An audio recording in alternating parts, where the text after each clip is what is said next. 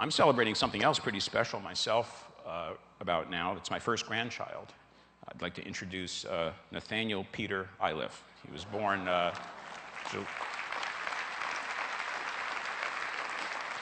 July 13th, 2009. His parents are Jessica, my third child, and Andrew. I'll tell you a secret. I talked about Jessica in my speech last year. She was pregnant then, but she wouldn't let me tell you.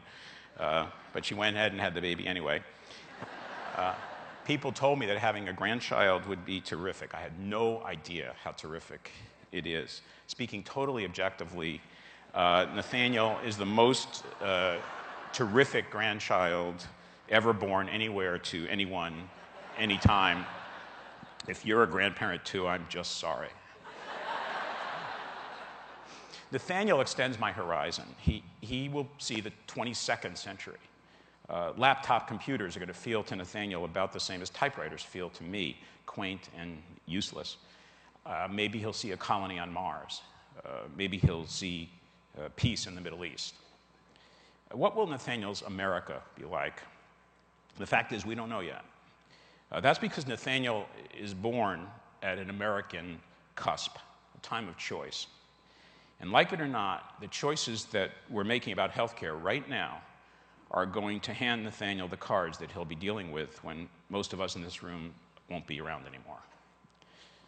Like it or not, healthcare is now a very big chapter in the story of global macroeconomics. Healthcare and macroeconomics are bonded now for the long haul, and we have to deal with that. If we in the improvement movement ignore that linkage, then we'll be dinosaurs. We will be irrelevant to a massive, looming social need. The good news is that we can help. We can help for sure. We can help with exactly the same talent and skill and devotion and leadership commitment that we see at Seton and Palmetto and Henry Ford and the like.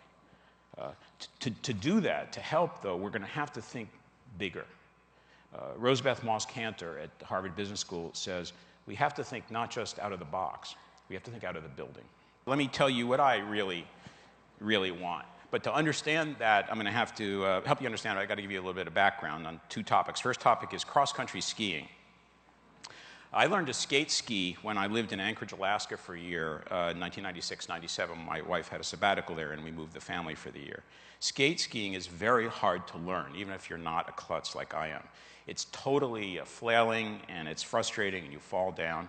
But if you practice for a long time, after a long time, it begins to click. Skate skiing is a pendulum motion. It's very fluid. You attend to details of balance and shifting your weight. It's quite lovely. In 100 strokes, at first, maybe 3 strokes go right. And for those 3 strokes, you fly. It's the closest I have ever felt to flying. Through crisp winter air on 5-meter wide, rolling, forested trails. And then if you keep working, it's 10 strokes right in 100, and then 25 strokes right in 100. And I'll let you know when I get to 30. The second thing you have to know is about a birch grove. It's in Waterville Valley, New Hampshire. My family has a cabin there in Waterville Valley, and we go there every weekend that we possibly can. There's 50 kilometers of groomed skate skiing trails in Waterville Valley.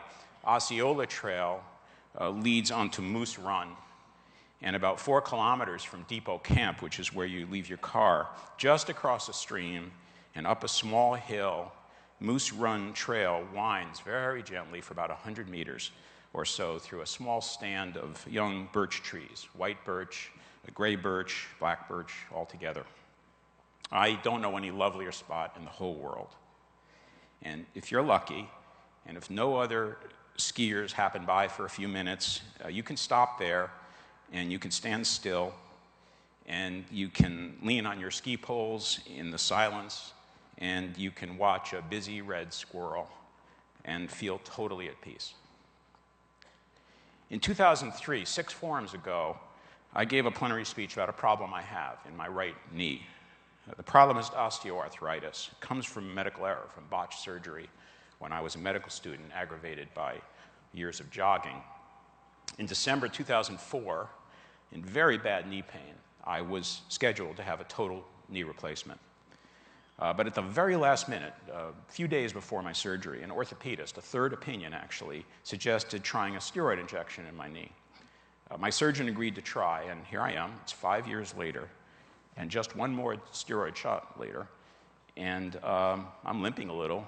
I'm almost pain-free, and I have my own knee still in place. It's not a perfect knee. I can't jog even a single step. I have to wear special orthotics when I hike. I have to use poles to take some weight. But here's the important point. I can skate ski. I could skate ski all I want. With a metal knee, I probably couldn't, because a metal knee can't take the torque. And I just heard from my wife last night that snow fell in Waterville Valley yesterday, and if that snow sticks, then next weekend I'll be up there quiet on Moose Run, leaning on my ski poles and watching a little red squirrel watching me.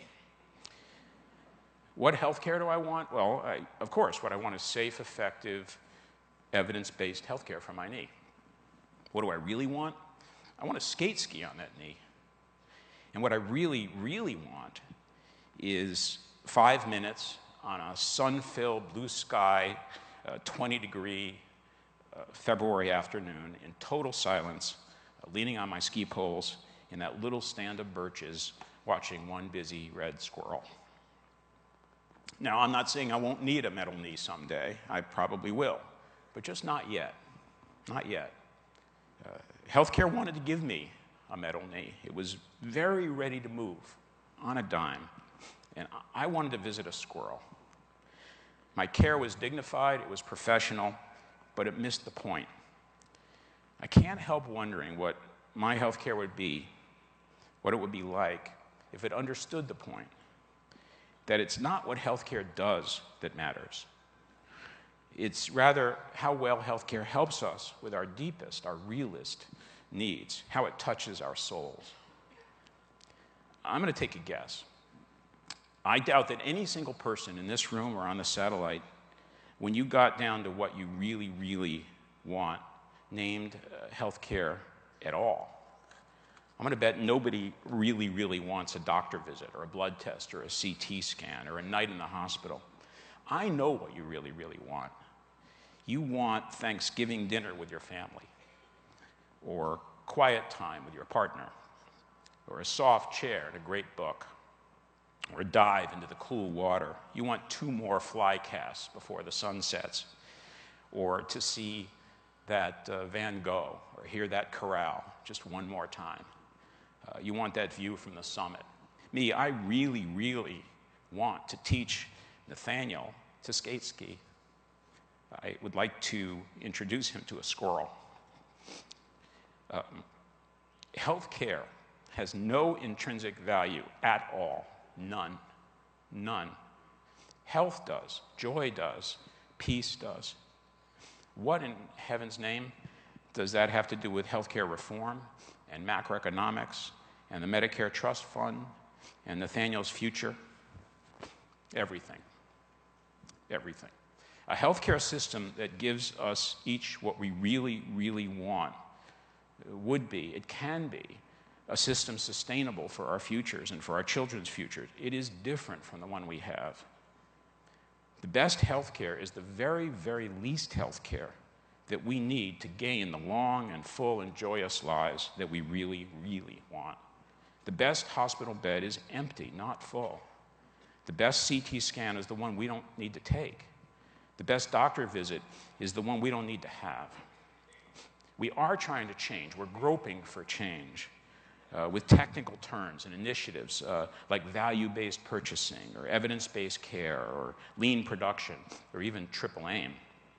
A better term might be getting what we really, really want. To find that, we are going to have to escape from the tragedy of the commons. We have to escape from the instinct to simply keep and grow what we have, simply to do what we do. And instead, we have to embrace curiosity about the meaning, the purpose, the why. I challenge us to end the tragedy of the commons in healthcare. I challenge us to prove Garrett Hardin wrong. I challenge us to be as wise as the fishermen of Alanya. I challenge Cedar Rapids not just to succeed, but to continue to succeed, which will be far harder. And I hope, even from McAllen, Texas, to join us and to learn and to change. But I'm also mindful of who you are. You are doctors and nurses tending patients. You're operating managers trying to keep 6 West going or to clear the waiting lines. Your QI directors coaxing the operating room into using a checklist, or your executives preparing to tell your board some bad news. And I think you're probably wondering, what can I do from my limited perch to govern the Commons better? I'm already over my head. I'm really not sure.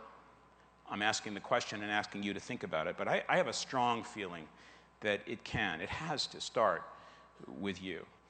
When I was a child, I waited to be helped. My mother woke me for school. My lunch was packed. I had a bedtime. It was nice. It wasn't freedom, but it was nice. Now it's on me. I pack lunch. It's hard work, judgments to make, decisions, choices, folding clothes. I'm freer, but I have to earn my way. You know what I think? I think we're 21. I think it's grown-up time. I think we get one life. And I think that waiting for solutions to the insanity of healthcare that costs too much and achieves too little is getting a little boring and old hat. I think that it's time to cook our own meals, to make our own beds, to set our own sails, to pick our own destination, to make our own wise rules. And I think the first of those rules has to be the rule of respect, respect for the commons, respect for the needs of patients and of the community that we share with the patient, respect for both limits and for possibility, and respect for ourselves, for the creativity and ingenuity and goodwill that we can bring, for the tough goodwill that we can bring. Nathaniel needs this. Whether we can find the will and the wisdom to work our way as communities out of the trap of the tragedy of the commons has everything to do with the world that Nathaniel is going to live in and grow old in.